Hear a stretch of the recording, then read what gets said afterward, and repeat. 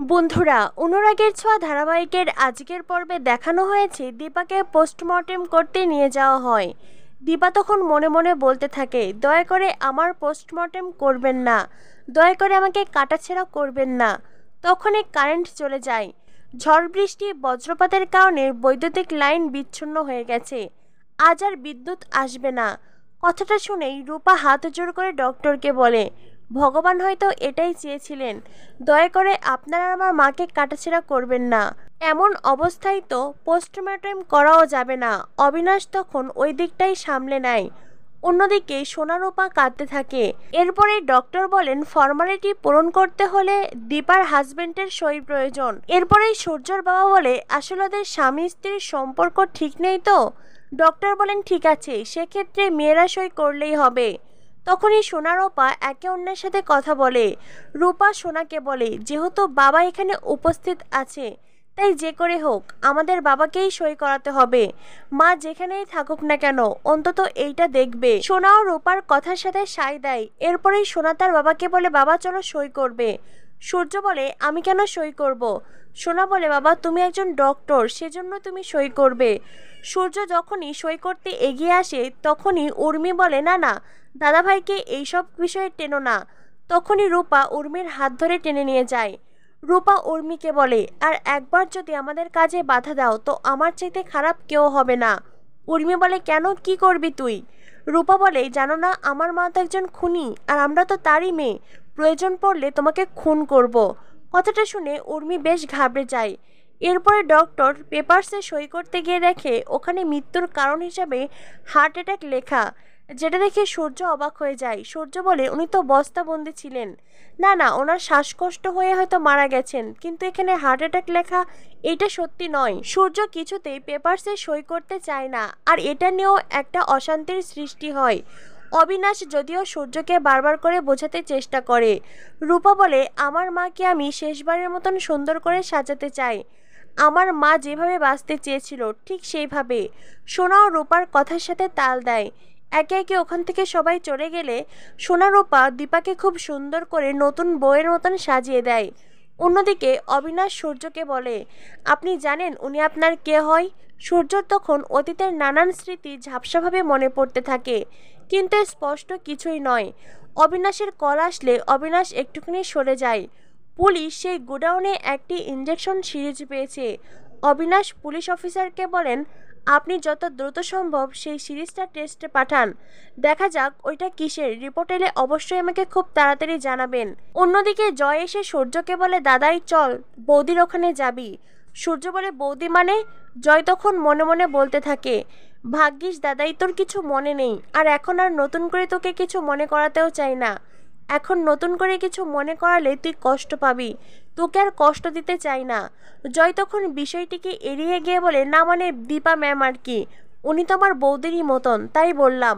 এরপরেই সূর্য জয়ের সাথে আবারও দীপার কাছে আসে। সোনারূপা দীপাকে নতুন বইয়ের মতন সাজিয়ে দিয়েছে। সূর্যর বাবা বলে, আমি বেঁচে থাকতে যে এমন দিন আসবে এটা আমি ভাবতে পারছি না, আমি কি করে সহ্য করব। দীপা, আমরা কেউ তোমাকে ভালো রাখতে পারিনি, সুখে রাখতে পারিনি, আমাদের তুমি ক্ষমা করে দিও, আশীর্বাদ করি তুমি ভালো থেকো। সূর্যের বাবার মানসিকভাবে ভীষণ ভেঙে পড়েছেন। দীপা তখন মনে মনে বলতে থাকে, বাবা আপনি আমাকে আশীর্বাদ করলেও আমি আজ আপনাকে প্রণাম করতে পারলাম না। রূপা দীপাকে সিঁদুর পরানোর জন্য সিঁদুর কৌটা বের করতে চাইলেই হাত কাঁপে, আর রূপার হাত থেকে সিঁদুর কৌটা পড়ে যেতে চায়। তখনই সূর্য সেই সিঁদুর কৌটা ধরে ফেলে। সিঁদুর কৌটা হাতে নিয়ে হঠাৎ করেই সূর্য দীপার সিঁথিতে সিঁদুর পরিয়ে দেয়, যেটা দেখে সবাই ভীষণ অবাক হয়, এমনকি সূর্য নিজেও অবাক হয়ে যায়। সূর্য মনে মনে বলে, আমি এটা কি করলাম, আমি কেন নিজের অজান্তে ওনাকে সিঁদুর পরিয়ে দিলাম। উর্মি বলে, দাদাই আপনি ওনার জন্য কষ্ট পাচ্ছেন তো, সেই জন্য প্লিজ আপনি আর কষ্ট পাবেন না, তাছাড়া উনি তো মরে গেছেন, মৃত মানুষের সিঁথিতে সিঁদুর দিলে তেমন কিছু হয় না। সোনারূপা তখন উর্মির দিকে কটমট করে তাকায়। তখনই সেখানে আসে রুডির মা। রুডির মা এসে কুমিরের কান্না শুরু করে, যেটা দেখে দীপা মনে মনে বলে, সোনা মা তুই ওকে বিশ্বাস করিস না মা, আমি তো তোকে বিপদ থেকে রক্ষা করতে পারলাম না, তুই নিজে নিজেকে রক্ষা কর। সোনা রুডির মাকে বলে, আপনি এখানে কেন এসেছেন? রুডির মা বলে, আহারে এত অল্প বয়সে মেয়েটা হার্ট অ্যাটাক করে মারা গেল। সোনা বলে, তাতে আপনার কি, আপনি এখান থেকে চলে যান। রুডির মা বলে, আমারও ভীষণ কষ্ট হচ্ছে দীপার কথা ভেবে। সোনা বলে, কেন, দীপার কথা ভেবে আপনার কেন কষ্ট হচ্ছে? উনি তো আপনার ছেলেকে খুন করেছে, তাই না? নিজের ছেলের খুনের জন্য আপনার এত কিসের কান্না? আর আপনার কান্না দেখেও তো আমার সত্যি মনে হচ্ছে না। তবে কি আপনি এখানে নাটক করতে এসেছেন? দয়া করে আপনি এখান থেকে চলে যান। কিন্তু রুডির মা উল্টো সোনাকে বলে, তুমিও তো কাঁদছো, ও তো তোমার স্বামীর খুনি। সোনা বলে, তাতে কি হয়েছে? হ্যাঁ মানছি রুডি আমার স্বামী, কিন্তু ওই পরিবেশে আমি ওকে কতটাই চিনি। 10-20 দিনের জন্য ওকে চিনি, আর ওনাকে চিনি 20 বছর ধরে। সাথে আরও 9 মাস যোগ করুন, উনি আমার মা। তাই আমার সাথে নিজের তুলনা করবেন না। রুডির মা আবারও ন্যাকা কান্না করে, আর এই সব কিছু দেখে সোনার ভীষণ রাগ হয়।